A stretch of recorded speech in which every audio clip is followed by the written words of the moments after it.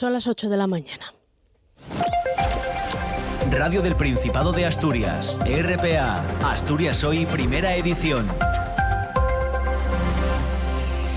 ¿Qué tal? Muy buenos días. Uno de los 14 españoles que viajaban en el Ondius ha dado positivo provisional por antivirus. Está aislado en el Hospital Gómez Ulla de Madrid, no presenta síntomas y su estado general es bueno. En las próximas horas se le hará una nueva PCR y en función del resultado se adaptará el protocolo. En concreto, podría cambiar el día cero a tener en cuenta por el último contacto de riesgo y a partir del cual se ha determinado el tiempo de aislamiento de esos pasajeros. ¿Qué implica esto? Pues que esas 14 personas tuviesen que guardar cuarentena más allá del 17 de junio, tal y como había previsto Sanidad en un principio. Silvia Valcarce, enfermera del Gómez Ulla, lanza un mensaje de tranquilidad. Esto es una situación que yo entiendo que es novedosa para la gente, pero nosotros tenemos una unidad de alto aislamiento aquí en el hospital donde han venido a veces otro tipo de patologías, incluso peores, por así decirlo. Entonces, bueno, pues trabajamos dentro de la normalidad. Si alguno de los contactos sanos tuviera síntomas, pues se activaría la UATAM, pero no hay ningún revuelo. Aparte de ese positivo que, como decimos, se ha detectado en Madrid, hay otros dos, un ciudadano estadounidense que permanece asintomático y una mujer francesa ingresada, eso sí, en cuidados intensivos. Mientras tanto, la OMS ha vuelto a felicitar a España por la gestión. Spain did it in style and as planned. Dice el director general de la OMS que España lo hizo bien, conforme a lo planeado, que no está sorprendido porque todos los ministros estuvieron allí en Canarias monitorizando el minuto a minuto de la situación. Por cierto, Tedros Adhanom se reunirá hoy con Pedro Sánchez en Moncloa a partir de las 9 de la mañana. Y más asuntos en esta apertura del informativo matinal. 2 años y 10 meses de cárcel para los padres acusados de encerrar a sus hijos en Vitoria, en Oviedo, en un chalet. Una condena bastante inferior a lo que pedía la Fiscalía, que era 26 años. Se les retira además la patria potestad durante 3 años y 4 meses.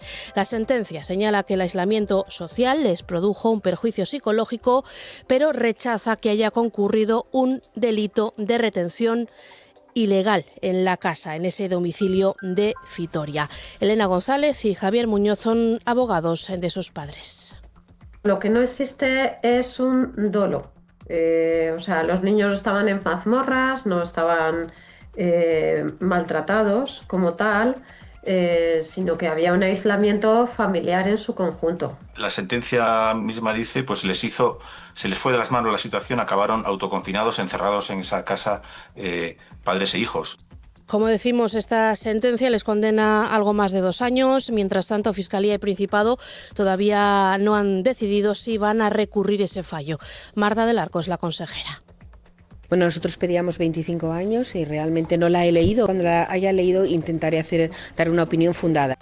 Con esta apertura arranca este informativo matinal, Asturias Hoy, primera edición, de este martes 12 de mayo de 2026, con Paula Molina, Paula Rodríguez en labores de redacción y locución, con Elia Rivero quien les habla y con Diego Fernández a los mandos técnicos. Vamos ya con los titulares. Asturias Hoy. Los mineros de Mina Miura saldrán hoy de Salas rumbo a Grao. De nuevo respaldados por el apoyo de familiares, vecinos y mineros jubilados. Ayer recorrieron 22 kilómetros. Será mañana cuando afronten la etapa final con destino a la Junta General del Principado. Exigen el pago de 10 nóminas y 2 pagas extra que les adeuda el empresario Fernando Martínez Blanco. Piden al Principado que intervenga como mediador. José María Pérez. La verdad que después de esos 15 días de encierro es bastante duro llegar hasta aquí porque juntas 2 cosas que son un poco incompatibles, pero bueno, de ánimos estamos muy bien, tenemos un poco el problema que la climatología no perdona.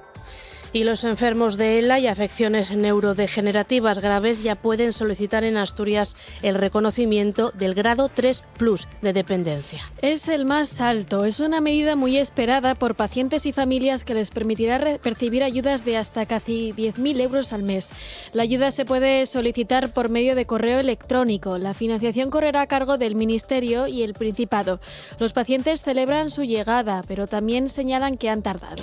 Y ArcelorMittal empieza con las las labores de arranque del horno Alto B de Beriña. Llevaba parado 8 meses por avería. La idea es que esta tarde pueda realizar su primera colada y que esté produciendo con normalidad en junio.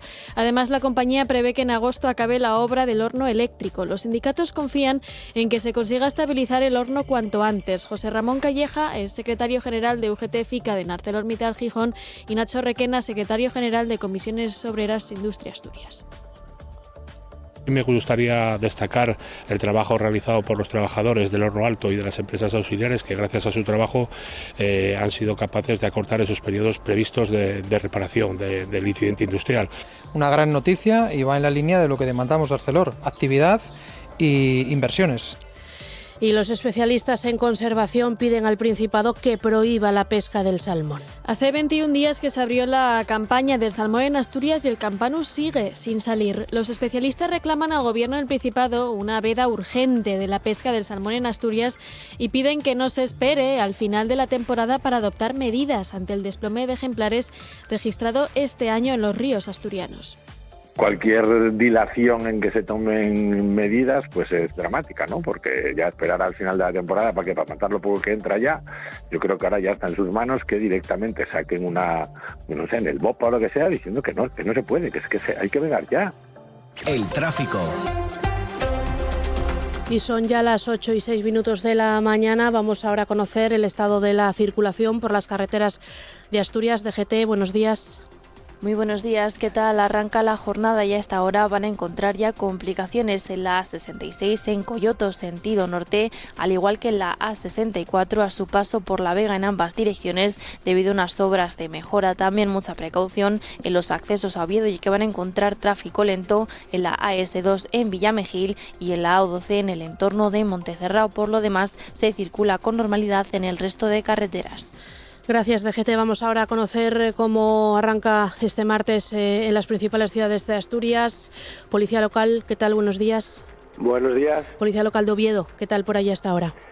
Pues por ahora tenemos el tráfico sin incidencias en toda la red viaria y tráfico fluido. Gracias, Oviedo. Siguiente parada, Gijón. Policía Local, buenos días. Buenos días. Tráfico fluido en el casco urbano y algo más denso en la zona de los polígonos industriales. Gracias, Gijón. Terminamos recorrido en Avilés. Policía Local, buenos días. Hola, buenos días. ¿Cómo empezáis el martes? Tráfico fluido y sin retenciones en estos momentos en el casco urbano. Gracias, Avilés. Vamos con el tiempo. El tiempo. Previsión de martes de Cecilia Crespo. ¿Qué tal? Buenos días. Buenos días, Elia. Hoy el día va a ser parecido al de ayer, pero con muchas más nubes. Se esperan cielos cubiertos para las próximas horas. Además, ya aparecen algunas lloviznas hacia la costa que irán remitiendo durante la tarde, aunque la precipitación irá ganando presencia hacia el interior de cara a las próximas horas, cuando tendremos precisamente lluvias localmente intensas que pueden venir incluso acompañadas de tormentas. Hoy las temperaturas descienden entre 1 y 3 grados. El viento ya sopla del norte con rachas que rondan los 40 km por hora. Asturias al día.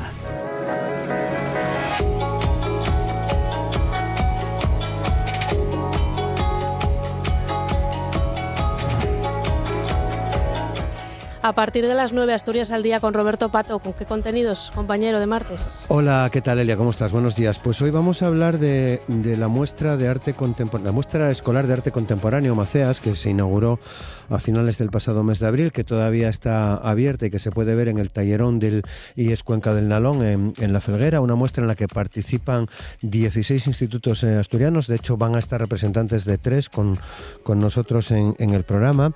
Este año Maceas viene con el lema Ateyabana, una expresión, como sabes, Elia, muy asturiana, con la que se pretende dar voz a cuestiones silenciadas, dejándolas así al descubierto, sin protección, sin pensar en los riesgos que supone hablar de ellas y poniendo en valor el gran poder de la educación artística para denunciar conflictos y también para canalizarlos y amplificarlos. En este sentido van a estar con nosotros Sara Fernández González, que es profesora del IES La Fresneda, Elena Menéndez es profesora en el IES de Corbera, viene con un alumno que se llama Pelayo Formoso, Natalia Pastor es profesora en el IES Cuenca del Nalón y viene con 2 alumnas, Renata Tizano y Sara Chal. Con ellos hablaremos en la primera hora del programa, a las 9. Y luego vamos a charlar de otros asuntos que tienen que ver con el cómic. Va a visitarnos Manuel Iglesias, que es creador, y luego hablaremos también en la última parte del programa del plan que pone en marcha el Ayuntamiento de Gijón para abordar la situación de las gaviotas patiamarillas. Estará César Lao, que es biólogo, con nosotros para hablarnos de este asunto y de este plan que se pone en marcha. Por cierto, que tienen mañana, día 13, una charla también en Gijón para hablar de este plan. Pues gracias, que tengáis buen programa, Roberto. Gracias, buen día. Están escuchando Asturias Hoy, primera edición. Son ya las 8:10 de la mañana. Vamos a ir desarrollando todo lo que hemos adelantado en la apertura, en los titulares y más contenidos, empezando por el antivirus, porque uno de los 14 españoles que viajaban en ese crucero, en el Ondius, ha dado positivo provisional por antivirus. Está aislado de momento en el Hospital Gómez Ulla, en el Hospital Militar de Madrid. No presenta síntomas y su estado general es bueno, ha confirmado el Ministerio de Sanidad. En las próximas horas se le hará una nueva PCR y en función del resultado se adaptará el protocolo. En concreto, podría cambiar el día 0 a tener en cuenta por el último contacto de riesgo y a partir de cuál se ha determinado el tiempo de aislamiento de estos pasajeros. Esto implica que esas 14 personas tendrían que guardar cuarentena más allá del 17 de junio, como había previsto el Ministerio de Sanidad en un principio. Silvia Barcarce es enfermera en el Hospital Gómez Ulla y ha lanzado un mensaje de tranquilidad. Esto es una situación que yo entiendo que es novedosa para la gente, pero nosotros tenemos una unidad de alto aislamiento aquí en el hospital donde han venido a veces otro tipo de patologías, incluso peores, por así decirlo. Entonces, pues trabajamos dentro de la normalidad. Si alguno de los contactos sanos tuviera síntomas, pues se activaría el aguatán, pero no hay ningún revuelo. Hay otros 2 positivos, un ciudadano estadounidense que permanece asintomático y una mujer francesa ingresada en cuidados intensivos, mientras las autoridades sanitarias de los distintos países siguen la pista a otro grupo de personas consideradas como contactos sin que necesariamente hayan tenido que viajar a bordo del Ondius. En España permanecen ingresadas 2 mujeres en Barcelona y Alicante por volar en un avión en el que llegó a acceder una mujer neerlandesa fallecida por antivirus en Johannesburgo. Ambas han dado negativo en las pruebas PCR realizadas hasta el momento. A las 9 de la mañana está previsto que Pedro Sánchez, el presidente del Gobierno, y el director general de la OMS se reúnan en Moncloa para abordar esta crisis provocada por el antivirus y la gestión del Ejecutivo Central. Una gestión que la comunidad internacional ha agradecido por su eficacia y eficiencia. Así lo ha explicado el propio Tedros Adhanom, el director general de la OMS.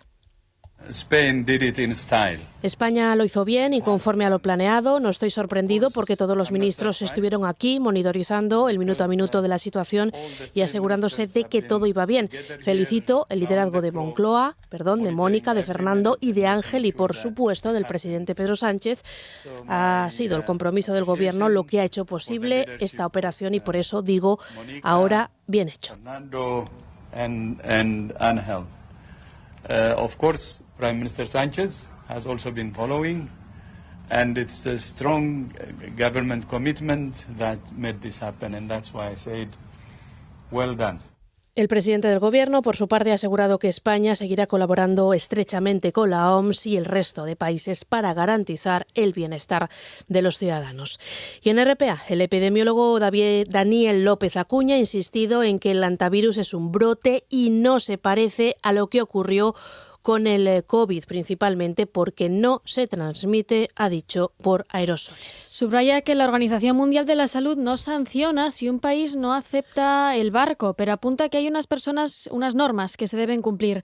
Además, cree que el operativo organizado por España es una buena muestra de la capacidad del Gobierno de gestionar este tipo de situaciones, mientras que la actitud del presidente de Canarias ha sido irresponsable y mezquina.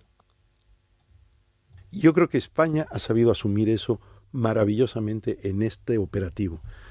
No es únicamente un tema de solidaridad, por supuesto, sino es también un tema de obligatoriedad a sumarse a los mecanismos de garantizar la seguridad sanitaria. Cuando Trump o Milei se salen de la OMS, se salen del Reglamento Sanitario Internacional, debilitan esta colaboración internacional. Y el Consejo de Ministros tiene previsto aprobar hoy el proyecto de ley de integridad del Sistema Nacional de Salud. El objetivo es, entre otras cosas, blindar la gestión pública de la sanidad, facilitando la reversión de los modelos privados como el de Quirón o Ribera Salud. El Gobierno dará luz verde hoy al texto definitivo del proyecto, que establece un marco jurídico que potencia el carácter universal y equitativo del sistema sanitario. La futura Ley de Integridad del SNS derogará la conocida ley como 1597, que abrió la puerta a la entrada de grandes grupos en los centros públicos como Quirón en Madrid o el Alcira valenciano de Ribera Salud, que se exportó después a otros hospitales como el de Torrejón de Ardoz, recientemente epicentro de una polémica por los audios de su CEO en los que reconocía derivar a los pacientes menos rentables. Según ha venido argumentando Sanidad, esta proliferación de modelos privados deteriora el sistema y la calidad asistencial. La nueva normativa define la gestión directa y se limita a la indirecta a situaciones excepcionales. RPA, Asturias Hoy, primera edición. Y lo decíamos en titulares, 2 años y 10 meses de prisión para los padres acusados de encerrar a sus hijos en su casa en Fitoria, en Oviedo. Una condena bastante inferior a lo que inicialmente pedía la Fiscalía, que era 26 años de cárcel. Se les retira además la patria potestad durante 3 años y 4 meses, un periodo en el que tampoco podrán acercarse a menos de 300 metros de los menores. La sentencia señala que el aislamiento social que los padres se autoimpusieron impusieron a sus 3 hijos de forma injustificada durante más de 3 años les generó un perjuicio en su desarrollo que se puede considerar una forma de violencia psicológica, y señala que incumplieron los deberes básicos como padres, pero también rechaza el tribunal el delito de detención ilegal. Recalcan que no había materiales de retención en la casa, ni cerraduras ni candados, y que de los informes realizados tampoco se observa violencia física o castigos. Elena González y Javier Muñoz son abogados de la defensa del padre de los menores. Lo que no existe es un dolo. O sea, los niños estaban en mazmorras, no estaban maltratados como tal, sino que había un aislamiento familiar en su conjunto. La sentencia misma dice, pues se les fue de las manos la situación, acabaron autoconfinados, encerrados en esa casa, padres e hijos. Desde la cárcel, el padre de los menores recibía el fallo con satisfacción porque se rechace la detención, pero dice sentirse decepcionado con el resto. Lo que más duele, sobre todo, es los 3 años y 4 meses de retirada de la patria potestad. Eso duele mucho, mucho, porque, claro, los niños están en pleno crecimiento. Durante ese tiempo los padres no podrán aproximarse a los niños. Tienen una orden de alejamiento, pero sí, al contrario de lo que pedían las acusaciones, podrán mantener las comunicaciones telefónicas que vienen realizando con los pequeños. Fiscalía y Principado todavía no han decidido si recurrirán. Marta del Arco es consejera de Derechos Sociales y Bienestar. Bueno, nosotros pedíamos 25 años y realmente no la he leído. Cuando la haya leído intentaré dar una opinión fundada. Y cambiamos de asunto, hablamos ahora del Centro de Menores de Sograndio, porque el Principado asegura que tiene muy en cuenta la opinión de la Fiscalía sobre el estado de las infraestructuras. El portavoz del Ejecutivo asegura que tomarán pronto una decisión sobre un centro clave para el acogimiento de menores. Lo que decimos, el Gobierno asturiano tomará pronto una decisión sobre la posibilidad de acometer una reforma integral del Centro de Internamiento Juvenil de Sograndio o si procede a la construcción de uno nuevo, dado que se trata de unas instalaciones que se han quedado antiguas, según ha señalado este lunes el consejero de Hacienda y portavoz del Ejecutivo, Guillermo Peláez. Somos conscientes de que las instalaciones se han quedado antiguas y que es necesario abordar o bien una reforma integral o bien la construcción de un nuevo centro. No obstante, nosotros este año vamos a renovar la cubierta y a realizar otra serie de actuaciones que se enmarcan dentro de un mantenimiento obligado para que el centro siga en condiciones de servir. RPA, Asturias Hoy, primera edición. Y nos acercamos ya a las 8:20 y hablamos de industria porque ArcelorMittal ha empezado las labores de arranque del horno Alto B de Beriña. Llevaba parado hace 8 meses por una avería, una parada programada. La idea es que esta tarde, este martes, pueda realizar su primera colada y que esté produciendo con normalidad en junio. Además, la compañía prevé que en agosto acabe la obra del horno eléctrico. Arcelor ha iniciado el arranque del alto horno B con calentamiento paulatino del horno mediante la inserción de propano a través de una lanza. Según vaya elevándose su temperatura, se empezará a introducir los materiales para conseguir el arrabio. Fuentes de la empresa han señalado que si todo va bien, este martes por la tarde podría realizarse la primera colada y en junio el horno podría estar produciendo con normalidad. Los sindicatos confían en que se consiga estabilizar el horno cuanto antes. José Ramón Calleja es secretario general de UGT-FICA en ArcelorMittal Gijón y Nacho Requena, secretario general de Comisiones Obreras Industria Asturias. Me gustaría destacar el trabajo realizado por los trabajadores del horno alto y de las empresas auxiliares que gracias a su trabajo han sido capaces de acortar esos periodos previstos de reparación del incidente industrial. Una gran noticia y va en la línea de lo que demandamos Arcelor, actividad e inversiones. Por otro lado, la empresa les ha trasladado que a finales de agosto estará terminado el horno de arco eléctrico de Beriña. Esto, unido a que en julio entran en vigor los nuevos aranceles para proteger el acero europeo, ha llevado a Comisiones Obreras a pedir a la compañía que apueste definitivamente por electrificar Avilés. Hay una muy buena expectativa en el muy corto plazo y creemos que es un momento perfecto para que Arcelor nos dé una alegría y anuncie ese horno tan deseado. La avería del horno Alto B ha mermado la producción de ArcelorMittal, según los datos transmitidos por la compañía a los sindicatos en el primer trimestre del año. La acería de Gijón ha perdido operatividad y ha estado funcionando al 39% de su capacidad. La producción del tren de carril ha sido un 22% inferior a lo presupuestado, según datos de la empresa de ArcelorMittal. Y seguimos con otro asunto. Hablamos de Tecnarcea porque allí la explotación de Vega de Rengos, allí han empezado los primeros contactos para negociar el ERE que se quiere aplicar sobre la plantilla. El procedimiento de despido colectivo abre el plazo para que los trabajadores nombren interlocutores en la mesa negociadora. Carlos Menéndez y Javier Menéndez, ambos representantes de la plantilla de Tecnarcea, piden agilizar los plazos después de un año sin actividad, mientras la explotación sigue pendiente de los permisos tanto de mantenimiento como de la tramitación del proyecto de explotación y de la resolución del tribunal. Informa Lidia Álvarez. Tras una primera toma de contacto entre empresa y trabajadores para negociar el futuro de la plantilla, se abre ahora un periodo de reuniones para constituir la mesa negociadora y determinar a cuántos empleados afectará el ERE. El siguiente encuentro está previsto el próximo lunes. En esa situación nos encontramos, 15 en labores de mantenimiento y 55 en un ERTE, ¿no? Que lo que se está pasando ahora, lo que ya se había hablado, es que ese ERTE se va a convertir en un ERE de extinción.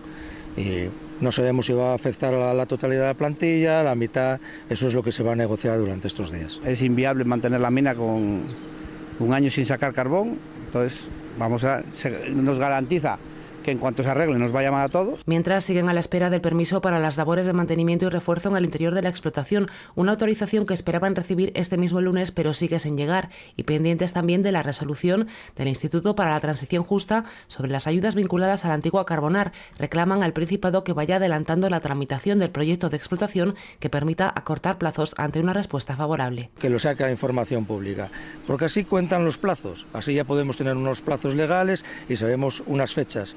Y para cuando viniera la respuesta del ITJ de Bruselas, tener ya el proyecto, ¿no? Además de una asamblea de trabajadores el viernes, durante esta semana están previstas reuniones de la plantilla con el alcalde de Cangas del Narcea y la presidenta de ACOM, cargo que ostenta la alcaldesa de Ibias. Y más asuntos. Los mineros de Miura saldrán hoy de Salas rumbo a Grao, de nuevo respaldados por el apoyo de familiares, vecinos y mineros jubilados. Ayer recorrieron 22 kilómetros. Será mañana cuando afronten la etapa final con destino a Oviedo. Se manifestarán ante la Junta General.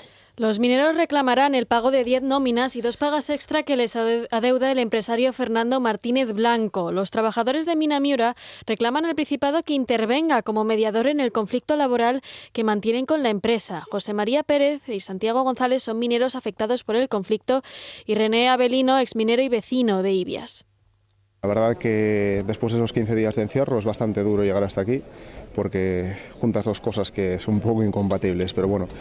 De ánimos estamos muy bien, tenemos un poco el problema que la climatología no perdona. Llevamos ahora mismo 16 kilómetros y cansados, de moral bien y fuerte pero cansados. Pues hay que apoyar, para los pocos que somos hay que apoyarlos. Nosotros fuimos mineros, nos tocaron vivir estas marchas por desgracia y ahora pensábamos que esto ya estaba acabado, que no iba a pasar más, aquí volvemos a estar. Y los servicios jurídicos del Principado siguen trabajando para dar encaje a las ayudas que el Gobierno del Principado pretende conceder a las familias de todos los fallecidos en accidentes laborales desde 2025 y cuya definición está a expensas del diálogo abierto con los agentes sociales. Unas ayudas que podrían rondar los 70.000 o 72.000 euros por unidad familiar y que previsiblemente puedan cobrar las familias de los mineros fallecidos en el accidente de la mina de Cerreu el año pasado. El portavoz del Ejecutivo, Guillermo Peláez, ha destacado que estas ayudas estarán disponibles lo antes posible. En principio nosotros lo estamos trabajando en un paquete de ayudas para las familias de las víctimas mortales de accidentes laborales que tendrá cabida también el 2025. No obstante, en la definición concreta de esa ayuda, nosotros, como siempre, vamos a practicar el diálogo activo con los agentes sociales y es ahí donde estamos, ¿no? Yo creo que la definición final de la ayuda está a expensas de ese diálogo con los agentes sociales.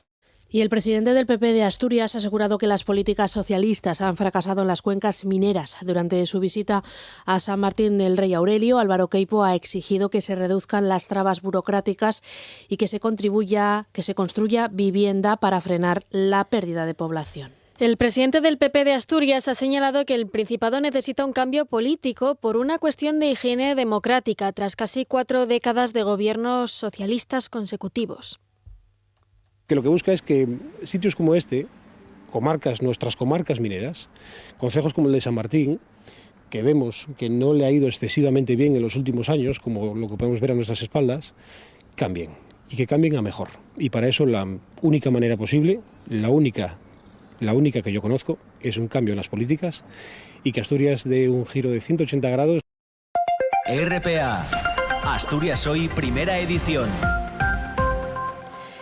Y el Principado será quien recaude la futura tasa turística que luego se remitirá a los ayuntamientos para invertirla fundamentalmente en aspectos relacionados con el turismo. El Gobierno ha detallado los entresijos de esta norma en la que están ya trabajando y que esperan aprobar en Consejo de Gobierno las próximas semanas. Quien se ha mostrado en contra de este texto, eso sí, es OTEA. Esta tasa turística será de aplicación voluntaria y los ayuntamientos que decidan implantarla podrán destinar los fondos que recauden con libertad.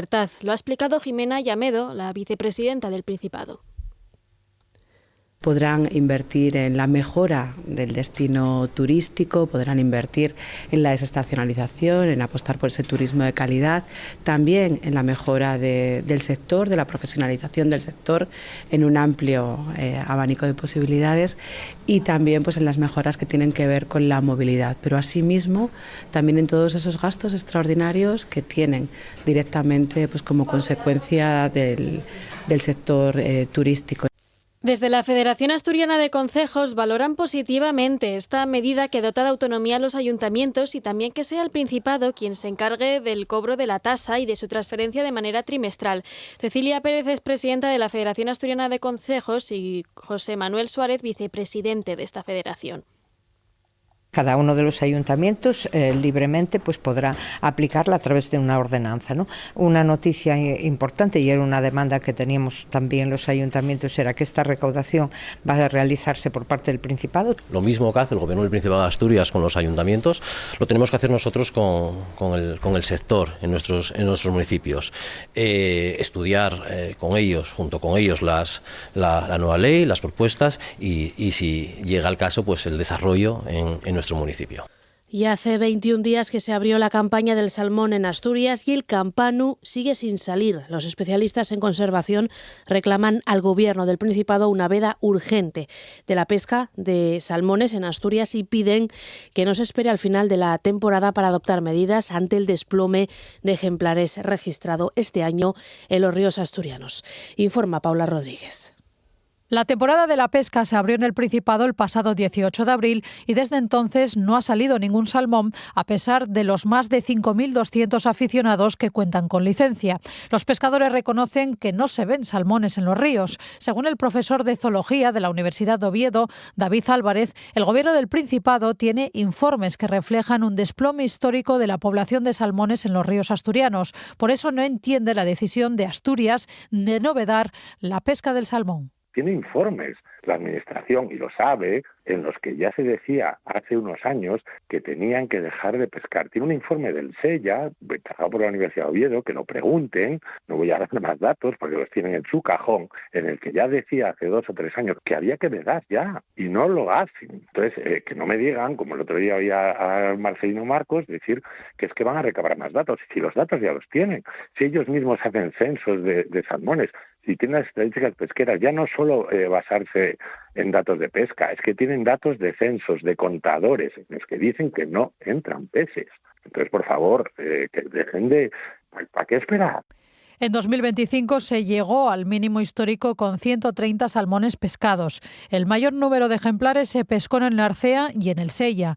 La escasez llevó al Principado a endurecer la normativa de pesca para esta campaña, limitando las capturas y reduciendo cupos. Pero no es suficiente. Además, los conservacionistas consideran que si no se prohíbe de manera urgente, asistiremos a la desaparición del salmón en Asturias. Es que esto ya se tenía que haber hecho hace muchos años. Entonces ahora, echar culpas, como se está oyendo, que si las lubinas, lo de siempre, vamos a matar depredadores, todo nos estorba, todos tienen la culpa menos nosotros, es cansino y es que está en su mano que lo hagan a partir de ahora, no esperar al final. Ahora el río está copado de pescadores intentando sacar un pez y no sale.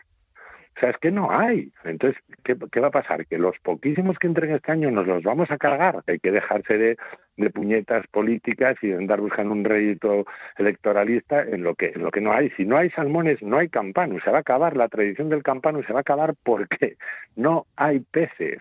Este profesor de la Universidad de Oviedo hace además un llamamiento a reflexionar sobre la grave situación que atraviesa el salmón atlántico en los ríos asturianos y considera necesario replantearse si la pesca del campanu resulta ética en un contexto de mínimos históricos de población del salmón.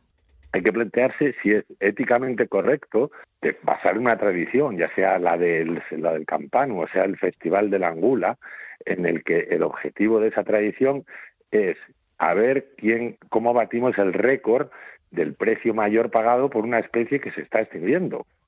Entonces, ¿qué se trata de eso? Que hagamos una celebración para festejar la extinción y la muerte del último salmón. Pero por favor.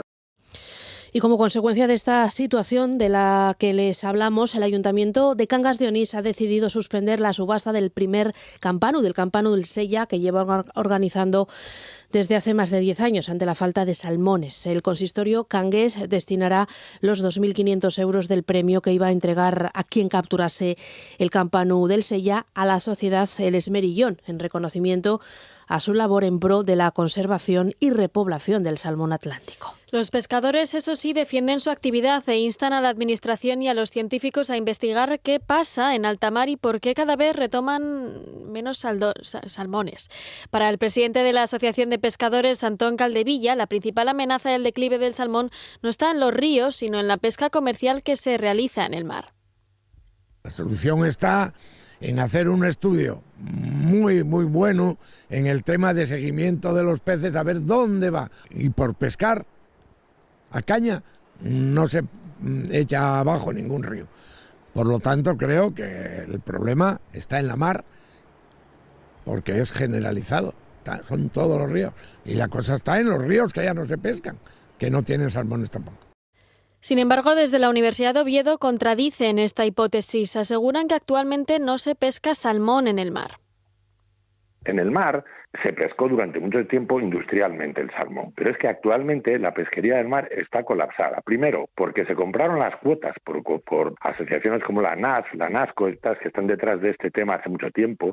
La pesquería, se compraron las cuotas de pesca. Por otra parte, la pesca en el mar prácticamente no tiene impacto ahora porque ellos mismos, los pescadores, ya no van a pescar porque no es rentable pescar. Y luego, por varias cosas, porque cada vez hay menos, y por otra cosa fundamental, es que no pueden competir en precio con el salmón de granja.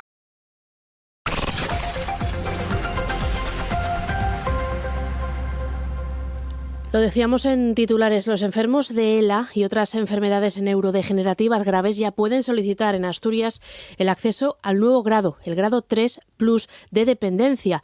es el más alto de los reconocidos. Es una medida muy esperada por pacientes y familias que les permitirá percibir ayudas de hasta casi 10.000 euros al mes. Las ayudas se pueden solicitar por medio de correo electrónico. Para que se reconozca este grado 3+ de dependencia, hay que acreditar al menos 2 de estos criterios: ventilación asistida durante 8 horas al día, extracción de secreciones a diario o tener paralizadas las extremidades superiores. Además, deben contar previamente con el nivel 3 de dependencia. Escuchamos ahora a Marta del Arco. Una de las novedades es que, así como el decreto ley estatal dice que se resolverá en 3 meses, en esta comunidad tenemos el compromiso de resolver en 1 mes y hacer además pago anticipado. Las ayudas financiadas mitad del Ministerio, mitad Principado, pueden llegar a los 9.850 euros mensuales. Los pacientes celebran su llegada, pero también señalan que han tardado. José Luis Capitán es enfermo de ELA, y Mar Álvarez, de la Asociación de Enfermos Neuromusculares del Principado. Y es que muchos compañeros que ya no están con nosotros bien merecían haber vivido este momento. Muchas personas, al tener un apoyo 24 horas, 7 días a la semana, no terminemos institucionalizadas, que no dependamos de nuestras familias. Y hoy es el Día Mundial de la Fibromialgia y el síndrome de la fatiga crónica, enfermedades ambientales crónicas e incapacitantes que hoy en día están invisibilizadas. Precisamente para combatirlo, en Oviedo está prevista una mesa informativa y una marcha que recorrerá el campo San Francisco al mediodía. La fatiga crónica ha aumentado drásticamente en los últimos años, sobre todo en casos de COVID persistentes. Es una enfermedad que provoca fatiga extrema, alteraciones en el sueño y problemas endocrinos y digestivos. En el caso de la fibromialgia, también una enfermedad neurológica, entre un 2 y un 8% de la población mundial la padece. Ambas son enfermedades, según denuncia Alicia Suárez, presidenta de AENFIPA, que suelen pasarse por alto, y aunque en los últimos años está aumentando la investigación, hay mucho espacio de mejora. Un problema de base que tenemos es que no hay una prueba diagnóstica clara, sí unos criterios de diagnósticos muy claros, con lo cual no es difícil que se puedan diagnosticar estas patologías, pero bueno, quizá el que mayoritariamente seamos mujeres también se hace un poco más invisible, ¿no? Un fuerte componente de género que respaldan las cifras. 9 de cada 10 personas que padecen fibromialgia son mujeres, algo que ha contribuido a que las pacientes hayan sido estigmatizadas durante muchos años. ¿Qué hubiese pasado si el porcentaje fuese al revés, ¿no? El 90% de los varones y el 10% de las mujeres. A lo mejor esas investigaciones se habrían hecho con más premura, ¿no? Nosotros estábamos estigmatizados como las mujeres aburridas, amas de casa, que decidieron tener dolores, ¿no? Entonces, bueno, pues ahí está la brecha de género que lógicamente nos pesa mucho. Por delante todavía queda un largo camino de investigación para encontrar una cura. Ahora mismo los pacientes solo pueden acudir a cuidados paliativos, a tratamientos diseñados para reducir su dolor o fármacos para la estabilidad emocional. Más investigación, lógicamente más formación tanto a los profesionales sanitarios y sociales para que todos tengamos constancia de lo que son las patologías y cómo cursan y en esa merma de calidad de vida a los pacientes por lo menos que se les apoye, ¿no? Que se les apoye, que se les comprenda y que se luche, ¿no? Contra todos estos estigmas que llevamos durante tantos estos años, cuando ya hay muchísima evidencia de que la enfermedad existe. Para estar al día, Asturias al Día. Asturias al Día. Un programa de noticias, análisis y debate que se emite de lunes a viernes a las 9 de la mañana en RPA. Asturias al Día en RPA, la radio autonómica. ¿Queréis ser parte de nuestro programa? Cada mañana de 11 a 2 hacemos juntos La Radio es Mía, que es vuestra. Os proponemos un tema de actualidad. Nosotros ponemos los datos y los expertos, y el análisis va de vuestra parte. Oyentes, opinantes y este equipo juntos, haciendo radio aquí en RPA. Están escuchando Asturias Hoy Primera Edición. Bueno, son ya casi las 9 menos 20 de la mañana y en el marco del Día Mundial de la Enfermería hablamos hoy con Margarita Rodríguez, secretaria de organización de SATSE en Asturias, una organización que precisamente este año cumple 40 años, 4 décadas. El lema de este año para este día reivindicativo es "Las enfermeras ya no se callan". En el centro, la mejora de sus derechos laborales, unas condiciones de trabajo dignas que a la postre redunden en mejoras para el común de la ciudadanía. Vamos a hablar de todo ello con Margarita. ¿Qué tal? Buenos días. Hola, buenos días. Encantada de estar aquí. ¿Qué tal? Decimos ese lema, ese rótulo rotundo, las enfermeras ya no se callan. ¿Qué os habéis callado? ¿Qué os habéis tenido que callar durante todo este tiempo que ahora, por fin, después de años de lucha, parece que las enfermeras llevamos mucho tiempo consiguiendo cositas, pero estamos siempre tan calladinas, siempre somos tan bueninas, siempre tiramos por todo, que parece que llega un momento que decimos, se acabó. La administración tiene que darse cuenta que hoy es nuestro día, por eso es el día que queremos aprovechar para reivindicar nuestra profesión, alzar la voz, hacernos valorar, recordar a la administración que somos quienes lideramos los cuidados, que hay que invertir en enfermeras, porque gastar dinero en recursos de enfermería no es gastar dinero, es invertir en salud, es invertir en bienestar, es al final invertir en la calidad asistencial al paciente, darle al paciente lo que merece, ni más ni menos, a la población. Por eso en nuestro día queremos recordar eso. Y si me permites un segundín, quiero felicitar a todos mis compañeros y mis compañeras, enfermeros y enfermeras que formamos parte del sistema sanitario y social de este país, y especialmente a los compañeros y compañeras asturianos. De lo vital que es vuestro papel, vuestro rol en el ámbito sanitario, nos estamos dando cuenta más si cabe estos días. De hecho, una de las portavoces del Gómez Ulla que está saliendo a los medios de comunicación es una enfermera. Sí, es que las enfermeras es un poco lo que hacemos. En la sombra somos las que gestionamos todas esas pequeñas cosas que forman parte de que nuestro sistema pueda funcionar, de que salga todo bien, por así decir, sin menospreciar la función y la labor de ningún profesional sanitario, ¿eh? Pero es verdad que las enfermeras tenemos ese rol un poco maternalista. Vuelvo a decir, lideramos los cuidados y somos capaces de controlar tantas cosas a la vez que yo creo que si nos ponen un cronómetro de lo que nos llevó cada tiempo, y dices, ¿cómo pudiste hacer eso en 7 horas? Pero somos capaces de hacer todas esas cosas a la vez. Entonces, sí, estos días yo creo que estamos recordando todos tiempos peores que vale más no recordar. Se ha pasado muy mal y bueno. Señaláis administraciones que invisibilizan, que minusvaloran a vuestro colectivo. ¿Es una realidad común a todas las comunidades autónomas? ¿Es una realidad que os trasladan como más grave otros compañeros, compañeras de otros territorios? Hombre, es verdad que la realidad sociosanitaria no es igual en todas las comunidades. La foto no es igual, pero sí que hay un denominador común que es sobre todo eso, la falta de recursos de enfermería, las sobrecargas. El índice de enfermeras con el síndrome de Burnout, el síndrome del profesional quemado que se dice, es alto. Y de hecho, los datos están ahí. 8 o 9 de cada 10 enfermeras lo sufren. El cansancio emocional, el cansancio físico, la sobrecarga, la presión asistencial. Y eso sí es común en todas las comunidades autónomas. Eso sí que es un denominador. Por eso es tan importante invertir en enfermeras, que la administración se dé cuenta de que es eso, que no es gastar dinero, es invertir en salud, es invertir en calidad asistencial. Hablas de las diferencias a veces dentro de las comunidades. Asturias es una comunidad muy envejecida, aparte de vuestro público objetivo, por así decirlo, son personas con una casuística, con una realidad concreta. Pues sí, Asturias es verdad, no lo decimos ni tú ni yo, lo dicen los estándares, los estudios, somos de lo más envejecido de Europa, estamos en el ranking. Evidentemente eso supone una política de recursos humanos pues seguramente diferente a otras. Somos conscientes de que el gobierno invierte en servicios sociales, invierte en dependencia, pero desde luego es muy insuficiente. Por citar algún ejemplo, el ratio de enfermeras, el porcentaje de enfermeras por habitante, en Asturias estamos muy por debajo de la media. en España estamos muy por debajo de la media, 5,9 enfermeras por cada 1.000 habitantes, cuando países de nuestro entorno o la media europea están por encima de 10. ¿Qué significa eso? Que somos muy pocas para atender a mucha población, y si para encima sumamos que son pacientes dependientes, pacientes que tienen una carga mucho mayor que cualquier persona joven por toda la pluripatología que tienen, pues nos lleva a unas cifras que son feas, pero que es necesario que se sepan. En España, en los hospitales, podemos una enfermera llegar a atender a 20-25 pacientes, y en las residencias de ancianos, que es lo que me estás preguntando, unos 200 residentes a cargo de una enfermera.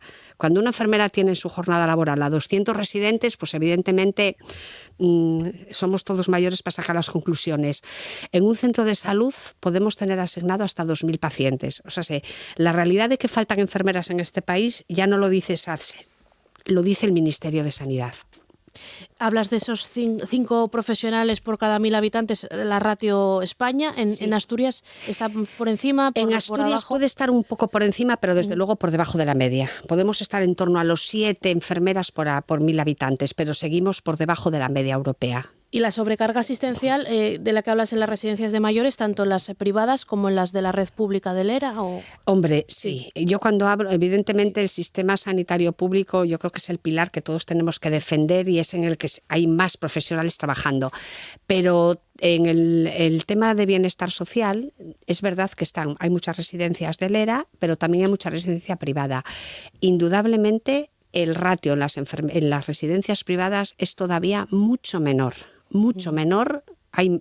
Todavía estamos con una atención mucho mayor, tenemos que llevar muchos más pacientes que en las públicas todavía, sí. Decís en la nota que habéis mandado con motivo de este Día Internacional que habéis derribado el muro de silencio, lo que comentábamos al principio de esta conversación, que ha dificultado vuestro avance. ¿Queda algún fleco de ese muro? Hombre, quedan muchos. Es verdad que hemos ido conquistando muchos avances.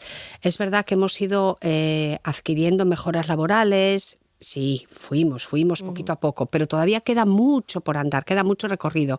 Lo que hablamos, la escasez de plantillas, esa ley la necesitamos, la ley de ratios ya, la conciliación, quizás porque somos una profesión mayoritaria y aplastantemente femenina, pero la conciliación muchas veces es una quimera, no existe. La conciliación no existe. Para conseguir poder hacer una conciliación de mi vida personal y familiar, a veces conlleva un perjuicio en el trabajo grande, tener que cambiar de equipos, porque no puedo seguir trabajando en mi servicio porque es inviable allí mantener mi conciliación.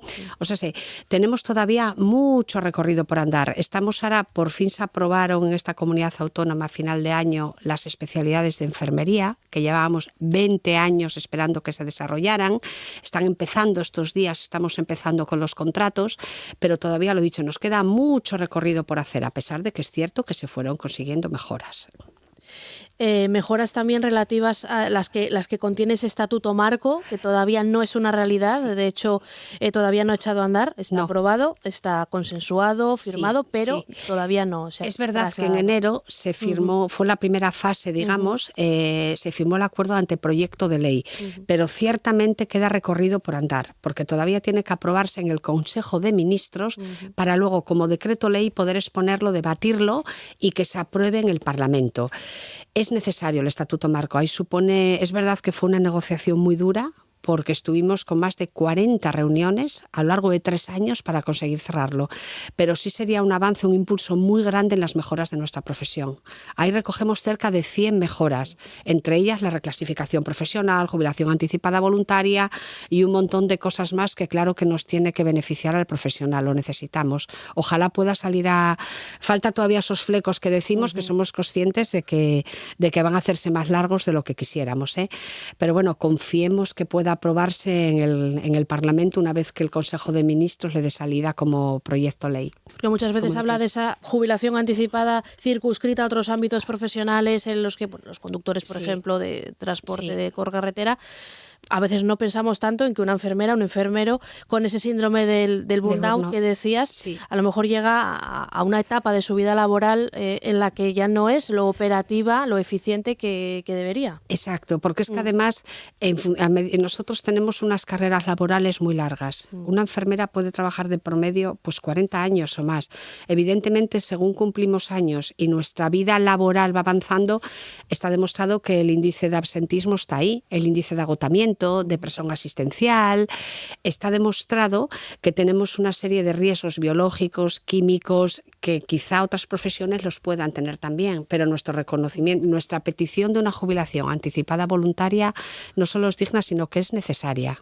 Y hablabas de la sobrecarga asistencial, de esa jubilación anticipada, de la dificultad de conciliación, de ese plus de peligrosidad que también, porque vosotras estáis expuestas, lo que dices, de riesgos biológicos, situaciones complicadas con pacientes, a lo mejor con algún tipo de patología que hace complicado el manejo con esos pacientes. Sí, evidentemente, como se dice, eso va con la profesión, es cierto, pero eso no quiere decir que ese síndrome del burnout, ese agotamiento, esa ansiedad, esas alteraciones del sueño, todo eso ya está en la bibliografía de que existe en el profesional de enfermería, con lo cual, al margen de saber cómo trabajamos, por eso es más necesaria que nunca la opción de poder jubilarse anticipadamente, porque además piensa eso, que una enfermera trabaja un promedio de más de 40 años. Se nos están jubilando ahora las compañeras, pues 42, 43 años de trabajo.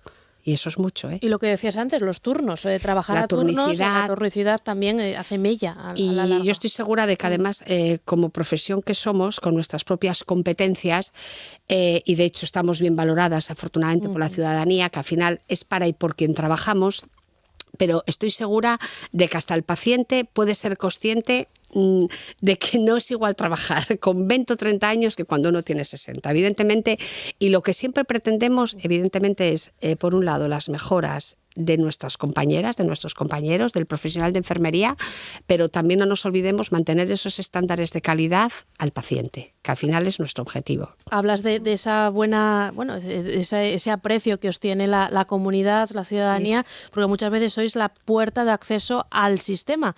Muchas veces sois las que detectáis, las que os dais cuenta de que algo puede estar pasando, la que deriváis.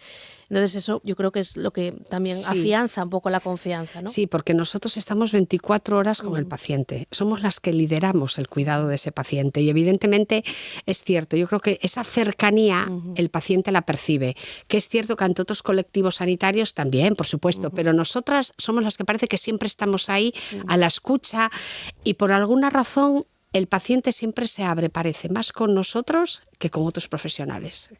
Hablábamos antes de las especialidades. La Sociedad Española de Medicina de Urgencias pide la especialidad de medicina, de enfermería, de urgencias y emergencias. No sé si desde SATSE consideráis algo pertinente, necesario, que también se incluya esta especialidad de enfermería. A ver, llevamos 20 años a la espera de que se desarrollen las especialidades, porque llevan 20 años encima de la mesa las 7 especialidades marcadas. Es cierto que 6 de ellas fueron desarrollándose también en este tiempo. Por fin Asturias llegaron, lo que te decía antes, pero es verdad que hay una especialidad que es la de médico-quirúrgica, que ni está ni se le espera, que llevamos 20 años y estamos exactamente igual que el primer día. Ni está desarrollada, ni está con un plan formativo encima de la mesa.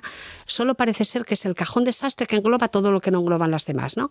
Entonces, el hecho de que alguna sociedad, pues ya en algún momento hubo algún rumor, entonces, quiero decir, valoramos positivamente el hecho de que se hable de ella. Yo no sé si es cuando se habla de poner en marcha esa especialidad, supongo que será en el ámbito de la médico-quirúrgica y tendrá que tener pues unas competencias, un plan formativo marcado. Entonces, de mano lo que entendemos que es positivo es que se ponga encima de la mesa a hablar de que hay que desbloquear la especialidad de médico-quirúrgica. Entonces, bienvenido sea a escuchar a aquel que aporta alguna idea, a ver por dónde vamos. ¿Y por qué crees que está siendo más complejo sacar adelante esa especialidad? Hombre, porque el resto de especialidades, aunque todas tenemos terrenos amplios, porque hablamos, por ejemplo, de la enfermería geriátrica, más en el momento en que estamos, la enfermería del trabajo, la enfermería de familiar y comunitaria, importantísima también para el avance en la atención primaria, la especialidad de pediatría, la especialidad de salud mental, todas tienen unos terrenos que, aunque están acotados no deja de ser terreno amplio, pero la otra especialidad, la que está totalmente bloqueada, es la de médico-quirúrgica,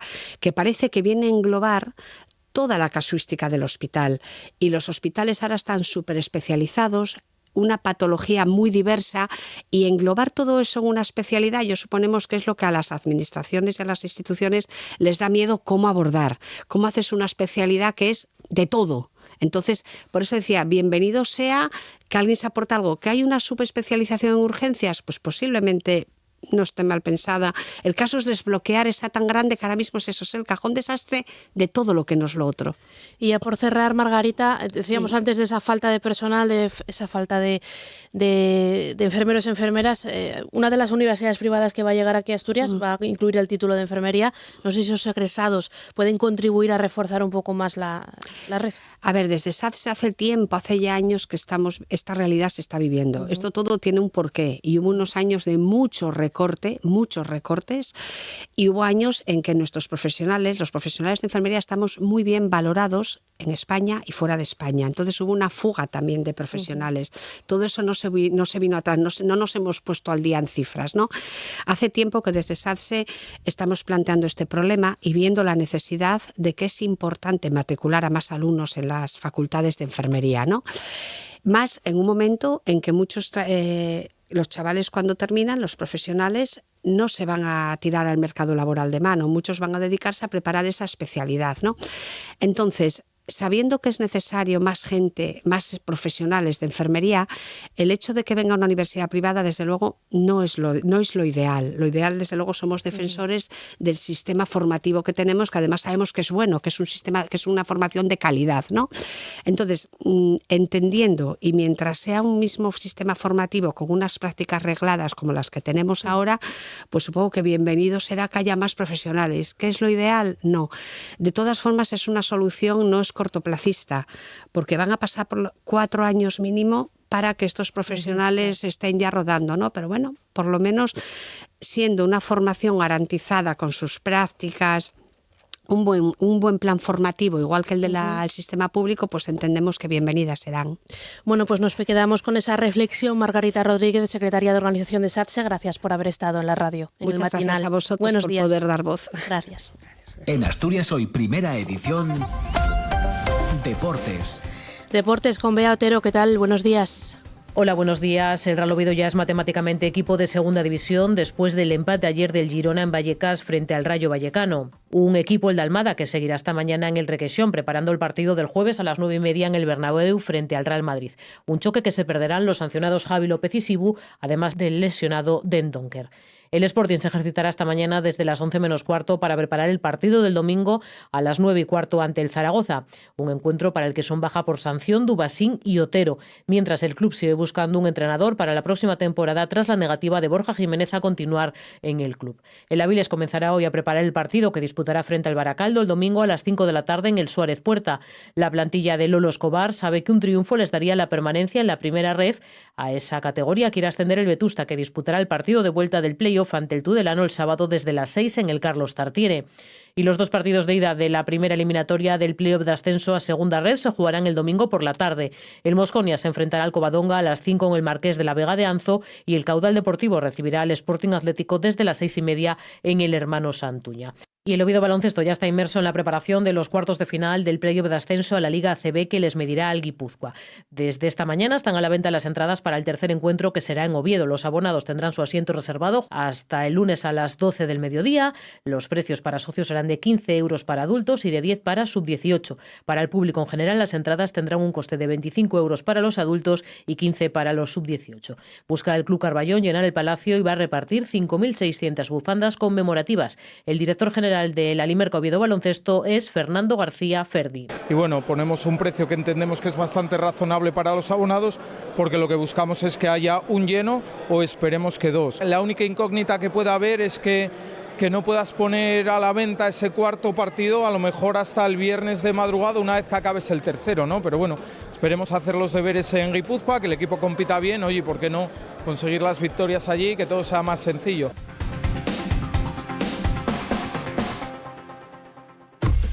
Asturias Hoy, en clave económica.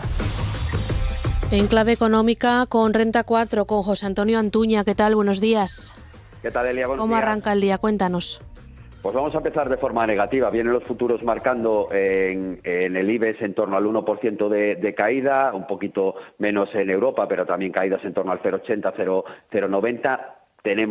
Seguimos en relación a la guerra sin ningún tipo de acuerdo. Es más, tenemos cierto fuego cruzado entre Irán y Estados Unidos. Están advirtiendo de que el alto el fuego con Irán se encuentra en un estado muy frágil, y Irán señalando que está preparado para cualquier escenario. Eso está generando pues que los precios del barril de Brent pues vuelvan a subir, los precios de la energía en general subiendo, y las bolsas pues otra vez cayendo ante la falta de avances en este sentido. Con el estrecho de Hormuz cerrado, pues seguimos teniendo el gran problema que tienen las bolsas, que es que los precios de la energía van al alza, y eso replantea también por las expectativas de los bancos centrales. Hoy tenemos una referencia importante, que es la inflación en Estados Unidos. Conoceremos el dato de IPC de abril, que se espera evidentemente que haya cierto repunte, y algunos resultados empresariales importantes, por ejemplo aquí en España, ACS o Fiat y Matif. Esos datos podrían hacer que un poco se minoraran estas pérdidas, pero de inicio empezamos la sesión con caídas. Bueno, pues si te parece, mañana comentamos esos datos. José Antonio, gracias, buen día. Gracias, buenos días. Y hasta aquí el matinal, hasta aquí Asturias Hoy, primera edición. Aquí en RPA se quedan ahora con Asturias al día. Más información en los boletines el próximo a las 10. Buen día.